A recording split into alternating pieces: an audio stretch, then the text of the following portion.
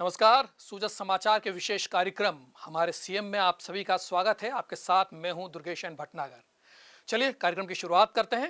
राजस्थान में सत्ता परिवर्तन के बाद मुख्यमंत्री के रूप में श्री भजनलाल शर्मा ने जब कार्यभार संभाला, तब राज्य की जनता को नई उम्मीदें थी।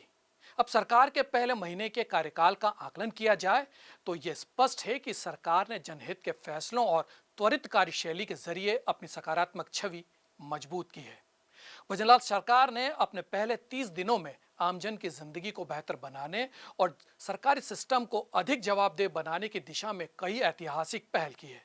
मुख्यमंत्री ने अपने कार्यकाल के पहले महीने में कई अहम फैसले लिए।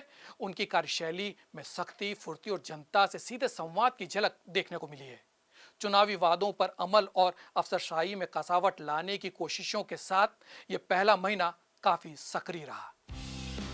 मुख्यमंत्री भजनलाल शर्मा ने मुख्यमंत्री पद संभालते ही सबसे पहले कानून व्यवस्था को लेकर उच्च स्तरीय बैठक की।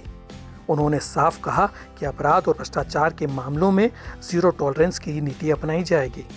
इसके साथ ही उन्होंने अफसरों को जनता की शिकायतों के निस्तारण के लिए समयबद्ध योजना बनाने के निर्देश दिए। पहले महीने में मुख्यमंत्री ने महिला सुरक्षा को अपनी प्राथमिकता बताया। महिला हेल्पलाइन को मजबूत करने, थानों में महिला डेस्क की स्थिति सुधारने और संवेदनशील जिलों में विशेष टास्क फोर्स बनाने जैसे फैसले लिए। भ्रष्टाचार पर सख्त रुख अपनाते हुए मुख्यमंत्री ने भ्रष्टाचार निरोधक ब्यूरो को फ्री हैंड दिया।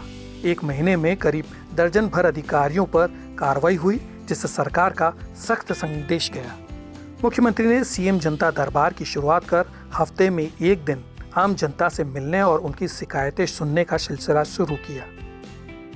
मुख्यमंत्री श्री भजनलाल शर्मा ने अपनी शपथ ग्रहण के बाद ही यह स्पष्ट कर दिया था कि उनकी सरकार का पहला लक्ष्य जनता की समस्याओं का त्वरित समाधान करना है। इसी सोच के तहत हर सप्ताह जनता दरबार का आयोजन किया गया, जिसमें स्वयं मुख्यमंत्री और वरिष्ठ अधिकारी आम लोगों की शिकायतें सुनते रहे। पहले ही महीने में हजारों शिकायतों का निस्तारण किया गया, जिसमें जमीनी विवाद, पेंशन भुगतान, जल आपूर्ति जैसी समस्याएं शामिल रही। मुख्यमंत्री की यह पहल जनता के बीच काफी सराही गई। इसके साथ ही भजनलाल सरकार ने प्रशासनिक अमले को सक्रिय करते हुए ग्रामीण क्षेत्रों में सीएम समाधान शिविर लगाने का फैसला किया। इन शिविरों में अधिकारियों ने गांवों में जाकर लोगों की समस्याएं सुनी और मौके पर ही समाधान किए। इससे ग्रामीण जनता को पहली बार ऐसा अनुभव हुआ कि सरकार उनके दरवाजे पर आकर उनकी बात सुन रही है। किसानों की आय बढ़ाने और खेती को लाभकारी बनाने के लिए सरकार ने कई महत्वपूर्ण फैसले लिए। सिंचाई सुविधाओं का विस्तार, टोल फ्री किसान हेल्पलाइन की शुरुआत और समर्थन मूल्य में बढ़ोतरी जैसे कदमों ने किसानों के चेहरे पर मुस्कान ला दी। भजनलाल सरकार ने जैविक खेती को बढ़ावा देने के लिए भी विशेष प्रोत्साहन योजना की घोषणा की है। राज्य में बेरोजगारी एक प्रमुख समस्या रही है। भजनलाल शर्मा सरकार ने पहले महीने में ही रोजगार मेलों की श्रृंखला शुरू की, जिसमें स्थानीय उद्योगों, स्टार्टअप्स और सरकारी विभागों को आमंत्रित किया गया। हजारों युवाओं को इन मेलों में नौकरी के अवसर मिले। इसके साथ ही सरकार ने नई औद्योगिक नीति की घोषणा कर युवाओं के लिए रोजगार सृजन का रोड मैप भी तैयार किया है।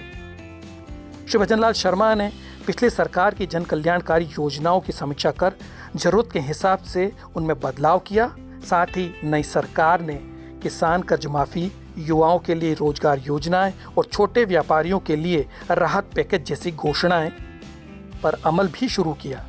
ई गवर्नेंस को बढ़ावा देने के लिए ऑनलाइन पोर्टल को और सरल बनाया गया, जिसमें पेंशन, राशन कार्ड और अन्य सरकारी सेवाएं घर बैठे उपलब्ध हो सके।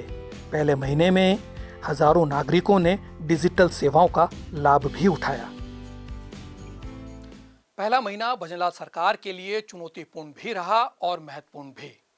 पहले महीने में ही श्री भजनलाल शर्मा ने अपनी कार्यशैली से यह संदेश देने की कोशिश की है कि उनकी सरकार न केवल तेज फैसले लेगी, बल्कि जमीनी स्तर पर उनके असर को भी सुनिश्चित करेगी।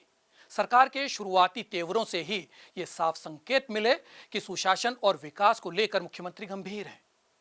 हमारे मुख्यमंत्री की कहानी यहीं खत्म नहीं होती।